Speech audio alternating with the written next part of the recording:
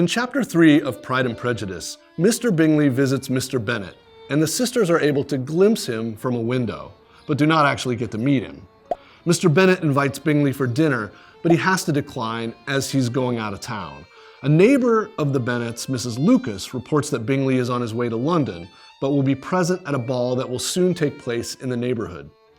Mr. Bingley attends the Meryton ball with his unmarried sister, Caroline Bingley, as well as his married sister and her husband, Mr. and Mrs. Hurst. A friend of his, Mr. Darcy, attends with him. During the ball, Bingley makes a good impression on the Bennets. He seeks out Jane and dances with her twice. In contrast, Bingley's friend, Mr. Darcy, seems aloof and disagreeable.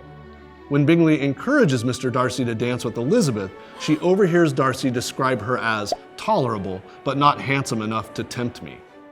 When they get home, Mr. and Mrs. Bennet discuss Darcy's rudeness and solidify their negative impression of him. Elizabeth and Darcy have their first encounter, and their first impressions establish one of the main threads of the plot.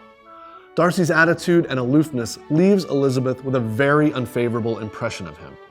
In contrast, Charles Bingley and Jane Bennet's first encounter is much more pleasant. As the plot unfolds, they'll have misunderstandings paralleling Elizabeth and Darcy.